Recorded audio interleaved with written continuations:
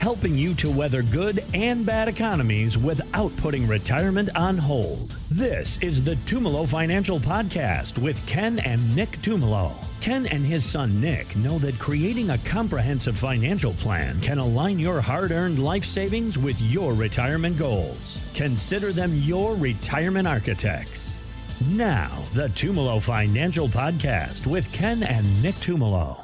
Many retirees come to us and are searching for that one golden thing to provide reliable income.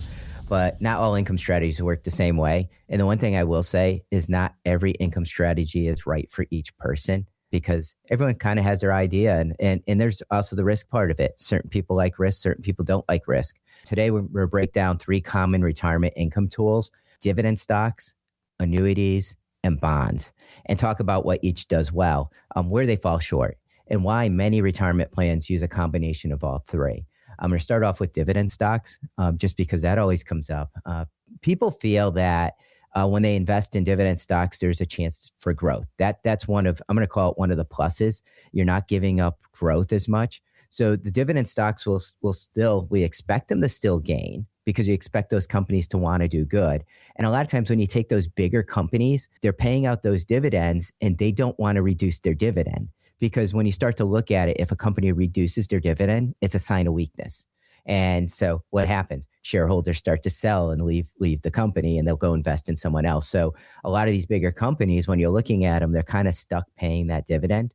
And use it to your advantage. So when you're building a dividend portfolio, the plus is you're expecting money to come to your account, usually quarterly, from these companies, and then adding it up, and you're drawing from those dividends every single month. So you kind of divide it and draw from it. So it kind of helps offset inflation, because money's coming in off the dividend, and then you're getting some growth off of that stock. I feel it gives you flexibility too, because if you run into an issue and you want to sell off some of it, so let's say you had to buy a car, then you can say, well, I got X number of dollars coming in. It's okay if I sell off a little bit, because I'll still have Y coming in. It's still helping to cover my expenses. So it gives us a little flexibility in the planning. Weaknesses, and I talked about these big companies, kind of stuck paying you the dividend. But guess what? In 2008, when the market really fell apart, some of those companies cut their dividend. Some of them actually cut it down to 0. So it's not a guarantee that those dividends will be paid.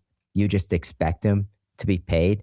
But the thing is that it could actually be reduced or eliminated. And then guess what? You got to change your plan around a little bit. So that's a danger. The other piece is, if you're someone that doesn't like a lot of risk, dividend stocks are stocks. Stocks, guess what? They're risky. And guess what? They do fluctuate. So if you're someone that doesn't like the ups and downs, maybe a dividend portfolio isn't for you. And then the other piece too, early in retirement, it's called sequence of returns. If the market goes down early in your retirement and you're drawing against your accounts, it's hard to make back the money. Whereas if the market's going up in the beginning, then when you're drawing, a lot of times you're drawing from gains. So depending on market conditions, it could change the effects of a dividend portfolio. So I would say the dividend portfolio best for retirees that are okay with risk. They want some growth and income. Investors with a long-term time horizon, retiring at 60. And we run our plans out to 90. So that's a 30-year time horizon. So you can make a dividend portfolio into it. And those comfortable with market volatility. So because it's going to move up and down. Next topic I'll cover is annuities, because that's another income tool. And there's multiple ways to use annuities. Sometimes you could set up a fixed income stream off of it. Sometimes people will set up an annuity just for a little bit of growth, and they draw a chunk of money out of it. So it really depends on the case, is the best way to put it. What's right for you? So I'm just going to cover the one that pays out like a pension, where it just pays monthly. You can actually hand an insurance company money, not that you're taking cash and handing it to them. But in theory, what you're doing, you're putting money into an account with an insurance company. And then what they're doing by the contract is making a promise to pay you money monthly until you pass away. You could do it for a single person. You can do it for a couple. So the pluses of it, one of the big pluses is, hey, that income's not going to change. You can't outlive that income stream either, because let's say you're someone that lives to 100 and you would have run out of money at 90, but this thing here just keeps paying till you pass away. There might be nothing left to go to beneficiaries, but at least it took care of you. And it's predictable. You know how much is going to show up every month, and you could budget around it. Weaknesses, less liquidity. When I talked about dividends, you could take money out of those accounts. A lot of these, when you start to take a monthly payment, you really don't want to touch it because it really take extra out of it because it actually hurts the payment coming out of it. So I just say limit liquidity. If you're going to do an annuity, and it depends on type of annuity, but if you're going to do one that's going to pay you monthly, you got to say that money that's going in there, I just want the monthly payment. And they just kind of assume that's all you're going to get out of the thing. Some of them, and you have to be careful when you're looking at these companies, some have high fees, some of them have complex contract features. So it's really digging into it.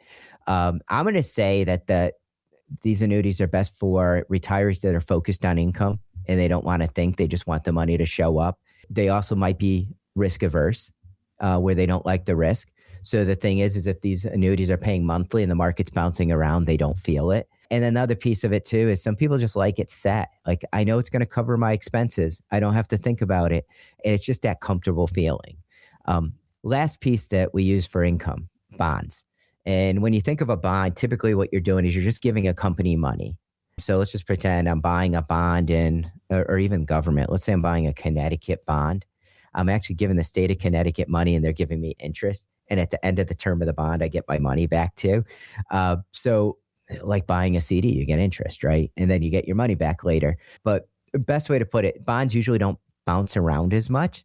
But the thing is sometimes if interest rates go up too fast, bonds could actually go down. So let's talk a little bit about strengths. Provide relatively predictable income. You know the interest payment when you go into it. You know what they're going to give you. Less volatile than stocks. I know I already mentioned that. And can help reduce overall portfolio risk. Think about it. Stocks bounce around a lot more. They're more volatile. Bonds typically a little bit more. They'll still bounce around, but the volatility typically isn't as volatile. So people are a little bit more comfortable with bonds. Plus, we have interest rates right now, so bonds actually pay out pretty good compared to what they did back in 2022. And one other plus of bonds, if you don't like the way it's going, typically you could sell it before they mature. Sometimes you come out on top. Sometimes you take a little bit of loss when you do that. So it's something to consider. Weaknesses.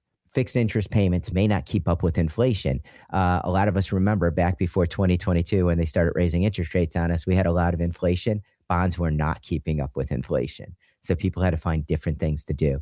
Typically, when you look at long-term returns, stocks outperform typically.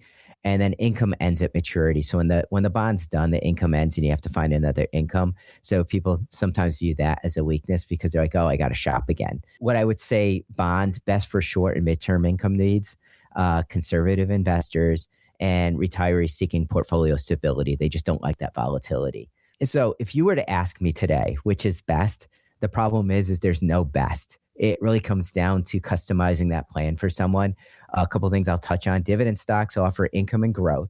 Okay. Some people might be okay with the volatility. Bonds, a little bit more stability, a little less volatility, may not keep up with inflation. And then annuities, for those that just want income showing up, it's that income that you sign the contract and they keep paying until you pass away.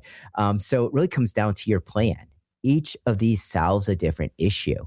And that's the problem. Well, it's not a problem. It's what makes my job exciting. I have to come up with ways to help people get through retirement.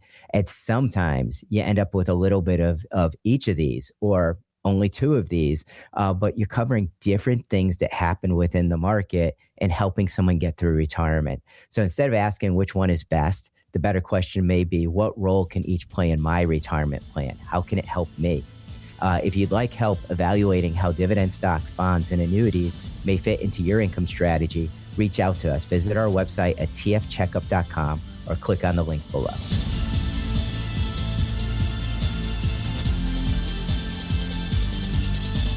Investment advice offered through Tumolo Wealth Management, an SEC-registered investment advisor. Content contained herein should not be construed as an offer or solicitation for investment advice or for the purchase or sale of any security, insurance, or other investment product. Please consult with a qualified financial, tax, accounting, or legal professional before implementing any ideas or strategies discussed here.